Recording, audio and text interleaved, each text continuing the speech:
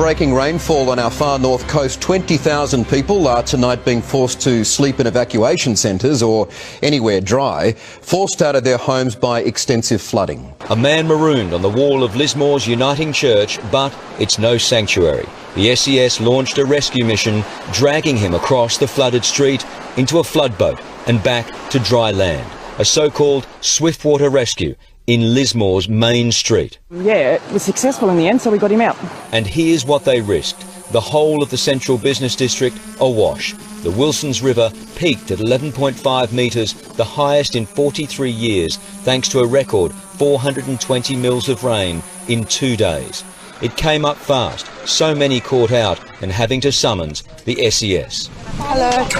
But the SES is struggling to answer every call. There is a possibility that, we may have lost lives during this event, and at the moment we're just trying to get to as many people as quickly as we can. For rescue workers, they've spent almost their entire day retrieving stranded residents and tourists, over 200 of them. SES chiefs say it's frustrating work. Yesterday, they gave orders for evacuation, and they say too many people ignored the warnings. Many tried to comply, but the water rose too fast. A knock on the door saying run, so we ran to higher ground. This is part of the $19 million levy meant to hold it back. Underwater now, that blockhouse is the pumping station, flashing out warnings that's 61 centimetres over the top. Just 3 hours earlier, it was 21 centimetres, a 400 mil jump. Locals anxiously watching the rivers rise. Is the levy going to hold? Who knows? It's only ever been tested once before. Shopkeepers moving stock and equipment to higher shelves. If they say it's coming at 11.5, I'm packing up. The levy didn't hold. Around 3 a.m, water poured into the city centre, filling Lismore's natural basin like a swimming pool. As the alarm went off, our motel manager went door to door. We've either got to get out or go upstairs. Danny Crotty retreated to the motel after already losing his caravan. Heartbreaking. That's what happens, isn't it? Take the good with the bad, I suppose. Not much good here, though. Hundreds of shops and businesses facing ruin, maybe 7,000 people affected. George Pashkow, philosophical, as only a laundrette owner can be. But anyway, it'll all come out in the wash. But no joke when locals saw what had been done. Even the police forced to retreat to higher ground. Other cars caught and wrecked. Homes swamped.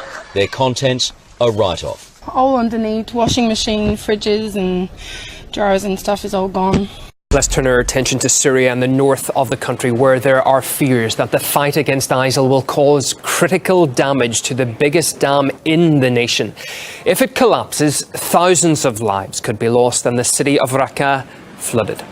The Tabqa Dam is located 40 kilometres from the de facto capital of Islamic State, Raqqa. It's 60 metres tall and forms Lake Assad, the largest water reservoir in the country. It's also the largest hydropower plant in Syria. If the dam releases all the water it contains, it would be a disaster for the entire region. Kurdish fighters, supported by the US-led coalition, are now pushing to take control of the area. Well, this is video released by Islamic State, apparently showing damage caused by coalition airstrikes. We can see the control room turn to rubble and an unexploded missile inside it. RT was the first international channel to reach the dam. Lizzie Phelan reports she saw US troops on the ground there, despite Pentagon claims they are only there to train and assist. The US-led coalition's battle for ISIS's de facto capital in Syria, Raqqa, otherwise known as Operation Wrath of Euphrates, is currently being held up south of the city at the Tabqa Dam. Here, ISIS fighters are taking full advantage of the fact that if they're obliterated, there's a high risk the dam will be too, causing catastrophe for millions. The northern part of the Tabqa Dam is under the control of Syrian Democratic Forces, backed by American troops. We've seen some of them just now, but we're told that we're not allowed to film them. Now, ISIS control the most crucial parts of the dam in the south, the floodgates, the control room, and the hydroelectric plant. Some engineers managed to get to this spillway and make repairs to alleviate some of the pressure on the dam, but This spillway is operating at full capacity. The Syrian Democratic Forces urgently need to get to that southern part of the dam to open the floodgates, to avert the danger that is being posed by those water levels that are rising with every second. ISIS has said that American air and artillery strikes on the dam have damaged it beyond repair, a claim which the Pentagon and its Syrian allies dismiss. Red Crescent engineers arrived shortly after our visit in another attempt to assess the ISIS-held part of the site. But once again, they were forced to turn back by the militants' mortar shelling. We managed to capture these US Marines leaving the front line before being ordered to stop filming. American troops here are camera shy for a reason. The Pentagon's official line is that its forces will be kept away from front lines, strictly limited to advise and assist, and providing artillery support to the SDF. Off camera, however, their Syrian allies openly talk about how for some time the Americans have been fighting alongside them on front lines in combat against ISIS. On camera, they won't go so far as to deny it. What role are the Americans playing in helping you to retake the dam? I have no idea. It's not mortars, it's only artillery. Let me tell you something about the Americans. I can't talk about it. It's the Americans firing. The artillery? They're using missile launchers. Get down, the mortars will come. The Americans are on the other side and mortars were fired at them. Then the Americans came to check the position of the mortar launchers. Civilians are pouring out now. There's heavy fighting going on. We've seen scores of civilians coming out. American troops are firing towards ISIS positions just a couple of kilometers away. We're told that they're firing on ISIS mortar positions. There's a couple of mortars that have been fired from there in this direction in the last few minutes.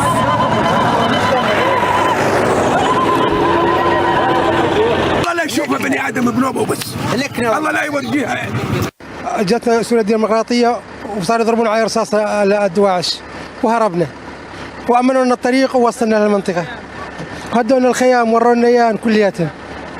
By the day's end, a total of 4,800 civilians had fled to SDF positions, a fraction of what's to come, as the US and their allies on the ground pull out all the stops in their biggest battle yet, with ISIS in Syria. A swift change of direction, with major potential consequences for Syria.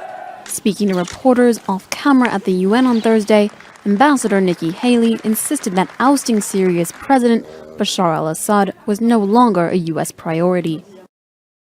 Our priority is no longer to sit there and focus on getting Assad out. Our priority is to really look at how do we get things done, who do we need to work with to really make a difference for the people in Syria. Also on Thursday, US Secretary of State Rex Tillerson sent a similar signal shortly after a meeting in Ankara. I think the status and the longer term status of President Assad will be decided by the Syrian people. Assad's departure was a key goal of the Obama administration, and until Thursday it seemed a priority of the Trump administration. I have to tell you, when you have a leader who will go so far as use chemical weapons on their own people, you have to wonder if that's somebody you can even work with.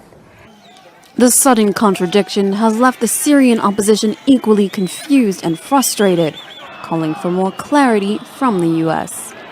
It's unfortunate that we're hearing such contradicting messages from the US administration, and we would like to see more decisive role and leadership from the United States in the Syrian file, not to see the Syrian file only through the eyes of fighting ISIS.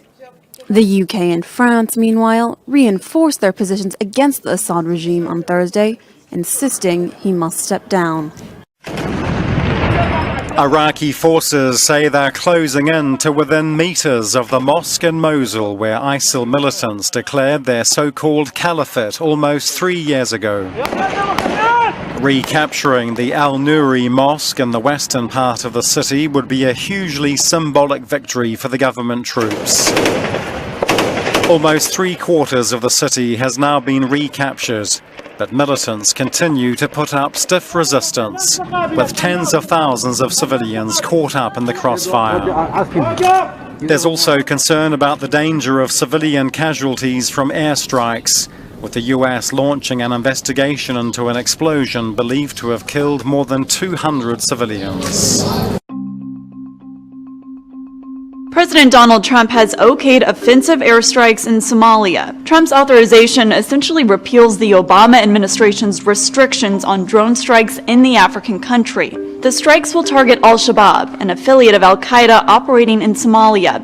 Previously, the military was limited to striking only in areas with, quote, active hostilities or in certain self-defense situations. The announcement comes as the U.S. investigates reports that its own airstrikes killed civilians in Syria and Iraq. The head of NATO described ties between European members and the United States on Friday as rock solid, ahead of an alliance foreign ministers meeting that will discuss burden sharing. NATO Secretary General Jens Stoltenberg chairs talks of foreign ministers in Brussels that will look into ways of keeping Washington committed to the alliance U.S. President Donald Trump once denounced as obsolete. Stoltenberg said the ministers, including U.S. Secretary of State Rex Tillerson, would discuss fair burden sharing to keep the transatlantic bond strong and stepping up NATO efforts to protect stability and to fight terrorism. A deadly bomb attack has caused carnage in Pakistan as worshippers gathered for Friday prayers. More than 20 people were killed and dozens more wounded near the women's entrance to a Shiite mosque. A faction of the Pakistani Taliban says it was behind the blast in the northwestern city of Parachina near the border with Afghanistan. Reports suggest a car was packed with explosives, in this the latest in a series of attacks across Sunni Muslim majority Pakistan this year. Women and children are said to be among the dead. Condemning the bloodshed, Prime Minister Nawaz Sharif said the government will pursue efforts to eliminate the menace of terrorism. Italian police announced that 3 men have been arrested in connection to a plot to blow up a bridge. According to Italian authorities, the 3 men from Kosovo and an unidentified minor were apprehended for plotting to destroy the city's famous Rialto Bridge. A Venice prosecutor stated one of the alleged plotters said bombing the bridge would send them straight to heaven. The wiretapped conversation suggests the plotters were arrested on suspicion of terrorism with jihadist motives.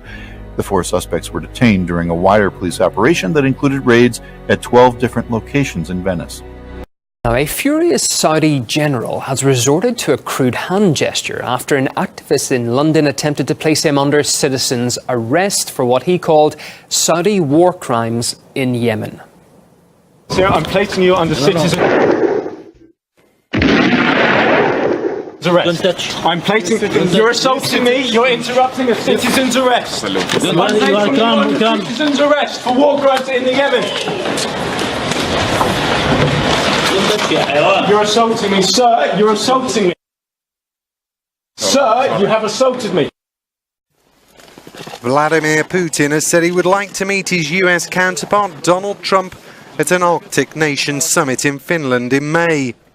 Repeating his hope that the current frosty relationship between Moscow and Washington would soon start to thaw, Putin once again rejected any notion that the Kremlin had interfered in last year's US election. Speaking at an Arctic forum in the northern Russian city of Arkhangelsk, he also offered the US closer cooperation. We feel that our American partners are interested in developing this. This is a very good signal. We hope that this cooperation will spread to other regions, including the Arctic. No doubt we have something in common, that is the fight against international terrorism. And the fact that President Trump set this goal is right, and we will support this work. The upcoming Arctic Council meeting in Helsinki comes amid an intensifying rivalry between states over land claims in a bid to exploit the region's resources, a point not lost on Iceland's president. We have diversified our economy and enjoy a boom in the tourist industry. We still depend on marine resources. The ocean is vitally important to us. In fact, it is vitally important to all humankind. The Kremlin has made gaining a foothold in the Arctic a top priority. with the region thought to hold 1/4 of the world's undiscovered oil and gas reserves. While things are cooling with Malaysia, the DPRK's relation with the U.S. remain as tense as ever. Pyongyang has put the United States and South Korea on notice for a preemptive strike over a possible outbreak of war. Pyongyang blames the large-scale joint military exercises by Washington and Seoul now underway. DPRK's Vice Foreign Minister Sin Hong-choi called the scale and strength of Operation Fall Eagle unprecedented. Sin also says notorious mysterious forces are involved and that his country will hold the U.S. responsible if war breaks out on the Korean peninsula. We will hold the United States responsible if the war breaks out on the Korean peninsula, since the U.S. plans to behead our leadership and major strategic bases by special operations and increasing nuclear threats and blackmail. And we're exercising our right to self-defense to cope with this preemptive strike. For the fourth night in a row, a protest to demand justice. Some 200 Parisians gathered outside the Place de la Bastille Thursday night for a candlelight vigil. Carrying white roses, they wrote justice and truth for Liu Xiaoyao, a Chinese immigrant who was killed by police Sunday. We ask only for truth. We ask for human rights because it's not right. So that's why we changed here to get rid of the politics things. We want only simple, very clear and pure justice. Earlier in the day at Place de la République, protesters, many of them members of Paris's Chinese community, called for an end to discrimination and police violence. I think that if we remain silent, if we let things go without saying anything, it's unacceptable. The police can kill you in front of your family with your children watching. How is that possible? I want the truth. I think the entire community wants the truth. Thursday's protests were significantly calmer than those of previous nights. On Monday and Tuesday, violent clashes broke out between protesters and police. Several people were injured and 45 were taken into custody. An investigation into what really happened Sunday is currently underway. Now France's seniors have once again taken to the streets to demonstrate against economic austerity. Now for years, the nation's elderly have protested a number of reforms which they say have reduced their quality of life. Press TV's Rami Mazaheri has our report. No sector of French society has been hurt more by austerity than senior citizens and pensioners, and that has led them to demonstrate in over 100 cities nationwide. Voters thought that austerity was voted out of office along with ex-President Nicolas Sarkozy, but President François Hollande's betrayal of his economic promises has created widespread hardship. Social Security payments have been cut, pensions frozen, social services ended, health care reduced, regressive taxes implemented, all while fixed incomes continue to be sapped by decreasing purchasing power. There is an immense sense of deception regarding Hollande. He had many voters among prisoners, but 5 years later, we view our support with bitterness.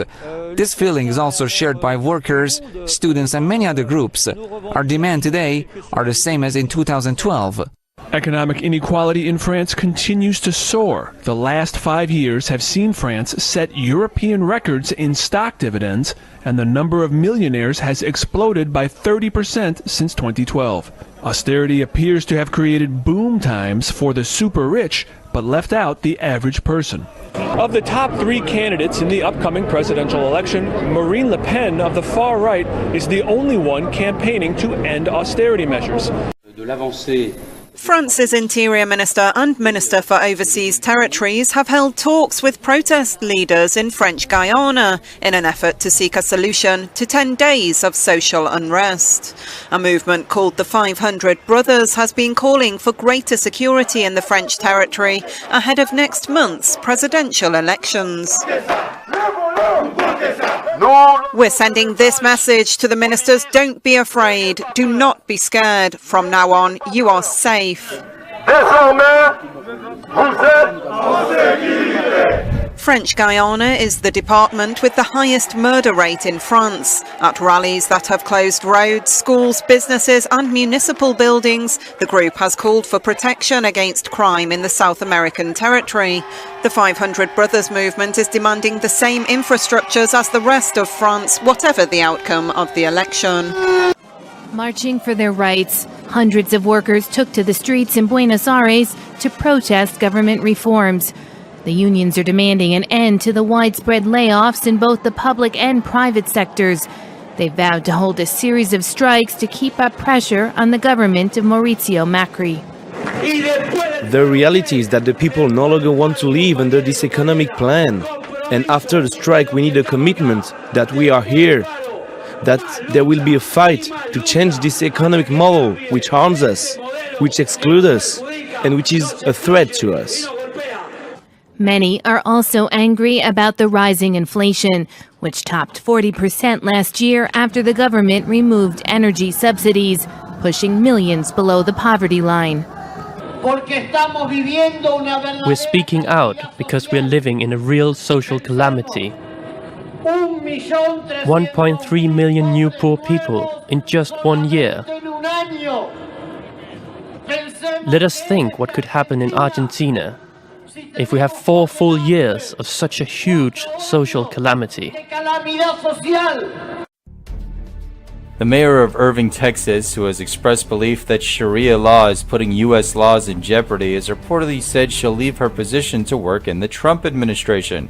Beth Van Dooney informed a gathering of 300 people of her plans at a luncheon Thursday. Van Dooney, who was first elected mayor of the Dallas suburb in 2011, gained national prominence in February 2015 after she responded on Facebook to reports that Sharia law was taking hold in parts of Texas. President Trump has given a new commission 90 days to come up with ideas to address the deadliest drug crisis in American history.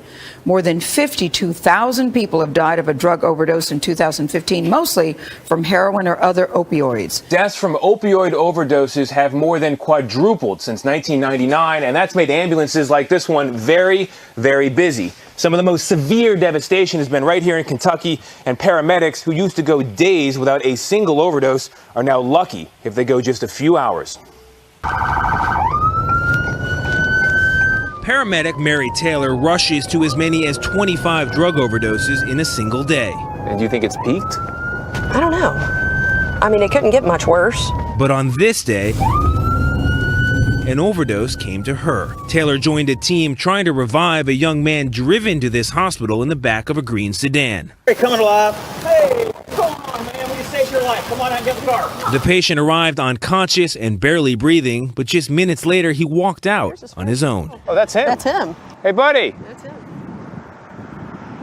Come on, let me talk to you for a second. What just happened?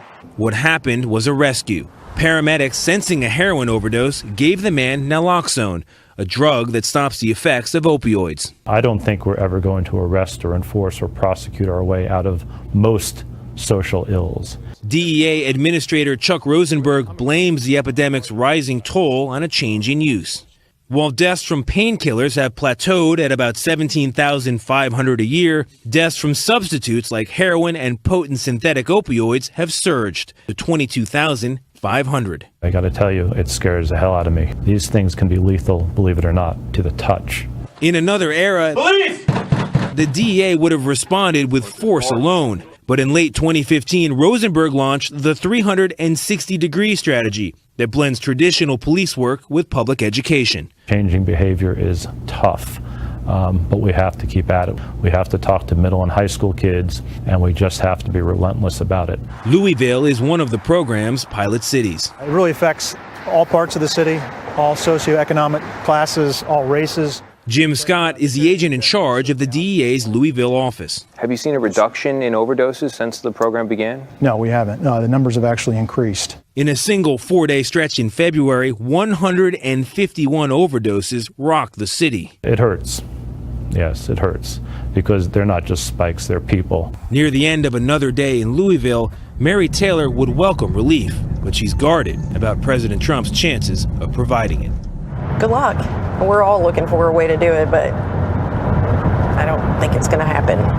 People aren't too happy with Congress's recent efforts to roll back internet privacy rules. But a few individuals decided they're not going to get mad, they're going to get even. Ever since House Republicans voted to let internet service providers sell your private data without your consent, a slew of revenge-seeking GoFundMe campaigns have popped up. But they all share a common goal: to buy those lawmakers' web histories and publish them for the entire world to see. But it's not just everyday folks wanting to stick it to politicians. One of the co-creators of Cards Against Humanity also has a campaign to buy Congress's data. On Reddit, he wrote, "If and when any data becomes available, myself and Cards Against Humanity will do whatever we can do to acquire it and publish it. We have a long track record of activism and spending around government transparency issues." Problem is, these plans for sweet retribution aren't exactly legal. A writer for The Verge points out the Telecommunications Act prohibits internet service providers from sharing individually identifiable customer information. So it wouldn't be okay for a provider to sell a single lawmaker's browsing history to any one of these campaigners. But that isn't stopping them from pushing forward with their crowdfunding efforts. One campaigner insists he is working with people who are assisting me in developing a fully fledged plan. The two biggest campaigns have raised hundreds of thousands of dollars so far. It's unclear exactly where that money will go if they fail.